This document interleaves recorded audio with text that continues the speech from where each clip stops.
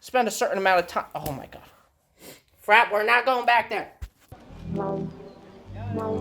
Hey guys, how's it going? Today we are going to be talking about a question I hear all too often, and that's, do Tegus make good pets? Now, Tegus have really defined themselves and formed a reputation for being really good animals to keep, very sociable.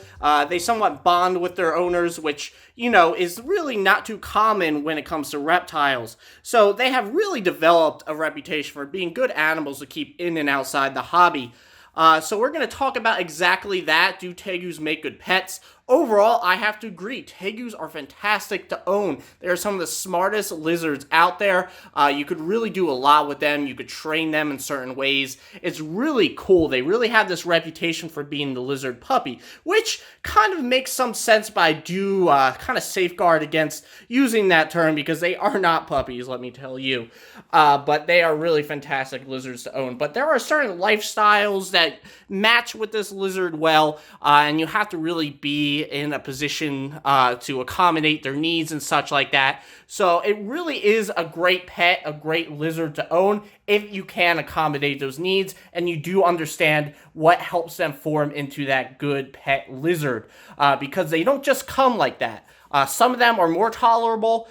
Sometimes you'll get lucky, but really it comes to the bonding you do with them and such. So before we begin, make sure to check that lower right-hand corner, hit that subscribe button, hit that bell as well for the latest channel updates. But let's get to it. Let's talk about Tegus as pets. So first things first, before you even look into getting a Tegu, there is a couple things you do really need to consider. Number one being your town, county, and state laws. If you're out of the country of the United States and you just need to look into your laws in your certain country, I'm not really sure what the laws around the world are, but these are really important because if you can't keep a Tegu in your current town, state, whatever, it's not only going to stink for you if you get caught, but also your Tegu, because they're going to go through a process of sort of being fostered and then rehomed, and that might not be that great for them. At the least, it'll really stress them out. So make sure you check your laws. Make sure you can keep a lizard that potentially can grow up to 4.5 feet. And Tegus are okay. I know Hawaii doesn't allow any sort of imports of reptiles or anything. Florida is kind of being a little weird with Tegus lately because of the invasive species problem there, so that might change over time, so be aware about Florida, even though I think it's perfectly fine right now. And I think there's some states in the Northeast, like Massachusetts, maybe Vermont, that have some problems with keeping a large lizard or some types of lizards, so you do need to be aware of that. Let's put the camera down on Frap since he's really the focus here. But you do need to be aware of your laws. You don't want to break them, trust me. It's just going to cause a headache for everyone and not be good for your animal. The other thing you need to consider is their basic care requirements and sort of their cost. There's a few things that are probably important that some people might have issues with. And number one is their diet. I feed about 1/3 of his diet being whole prey, and that could be like quail or rats. Obviously, they are frozen and not fed alive, so that's a little bit better. I don't really condone feeding live, but you have to be okay with feeding items like that. I know some people are weird about that, and I was a little weird when getting into reptiles about that, but I got over it pretty quickly. But yeah, you do need to be okay with that, and you also need to be aware that they'll be living in sort of a muddy environment. Obviously, if they're going to be in an enclosure, which they should, whether indoors or outdoors, I don't really condone them free roaming around the house. It's hard to keep the humidity requirements in those cases, but they're going to be on some natural substrate like some type of dirt or something like that, and it's going to be pretty moist and wet in there, so they're going to be muddy a lot when you take them out and such. If you're keeping reptiles, you're probably used to sort of the dirty aspect they are, mostly in especially a lot of tropical species. Just think about a dog rolling around in the mud and sort of the headaches that might cause you, and if you're okay with that, because that's sort of how they always are. Whenever I get Frap out of his enclosure, he's usually pretty dirty. Along with that, you should probably be okay with occasionally getting some reptile poop on your hands. Just owning reptiles is going to happen. I'm sure I've touched my dog's poop accidentally from time to time, so I think it's just a pet owner type thing, but I do occasionally accidentally touch it. You gotta be at least okay with picking it up, because while they can be potty trained, there have been people who successfully potty trained them. They will probably poop when you take them out to run around. I take them out about a half hour every day almost to get some exercise and a little bit bigger of a space. And he usually just goes to the bathroom in here. Just, you know, it's harder to potty train them. I might try it eventually, but that's kind of off topic. But you probably have to be used to that, cleaning it up, smelling it. They are very smelly. Just reptiles in general have very smelly poops. So that's one last thing you probably got to be okay with. I do also want to mention that since they are bigger reptiles, they do require a pretty big living space. This is an 8x4 by 4 foot enclosure, and it is still probably way too small for a reptile of Frap size to really live in full time. They need exercise, and while they can move around in here and do some certain types of activities, they aren't able to stretch out like they would in a much bigger space. So that's why I give them some free roam time in the reptile room to really stretch out and do some exploring. You could also house them outdoors, but make sure, like I said, you're in a higher humidity environment like Florida, and also some place where the temperatures, you know, get high enough. So really in the United States, that's probably Florida or Texas. But you can do outdoors, like I just said. But you need to accommodate that. You know, number one, have the money to be able to put something like this together. Grow tents work really well if you're trying to save some money. I do this enclosure by Animal Plastics. It's the T100, and it was a little over $1,000, but a very beautiful piece, and I think it was worth it. And then I also did get this basking / hide spot separately for a pretty good price. I'll link the guy down in the description who did it. But you need to be able to put this together.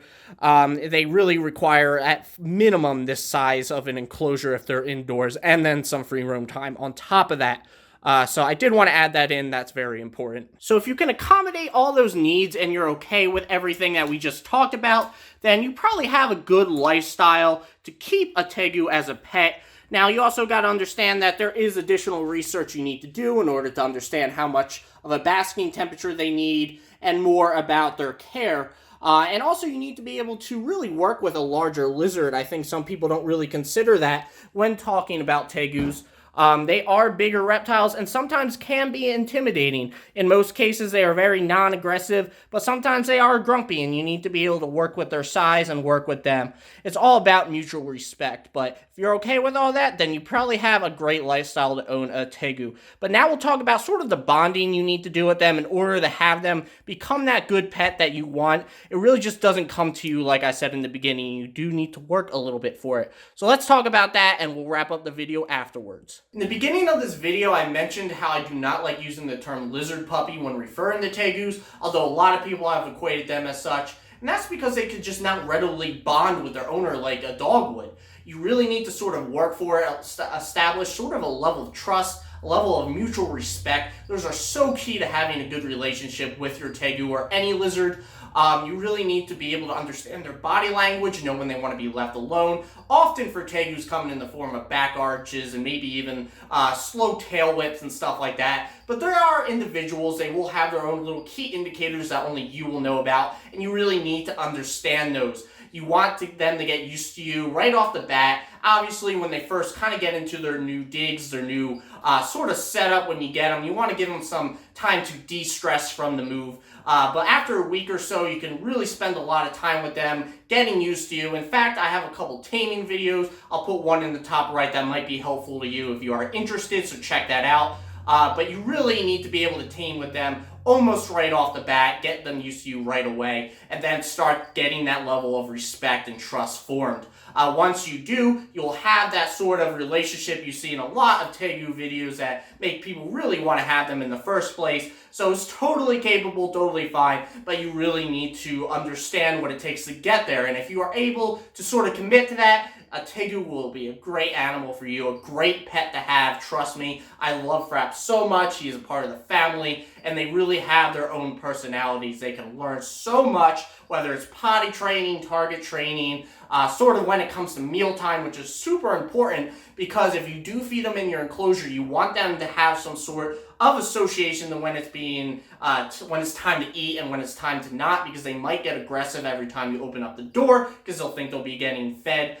So you really want to keep an eye on stuff like that, but they do pick up on cues ever so slightly, so you can really teach them certain things to distinguish, I guess, certain actions you're doing and such like that. But it's really important, and as you see me talking about this, how much your trust level and respect level comes into play with these things. So definitely make sure you're committed to the process. But if you are, if all these things I've been talking about kind of resonate with you and you think you can accomplish them, then a Tegu is a great lizard to have, and I cannot recommend them enough. So that's pretty much it for this video. I hope that gave you more information on having a Tegu as a pet and how wonderful they can be as animals as long as you can accommodate their needs. So make sure to check that lower right hand corner. Hit that subscribe button. Make sure to hit the bell as well for all the updates on the channel. And I will see you on Wednesday with the next video.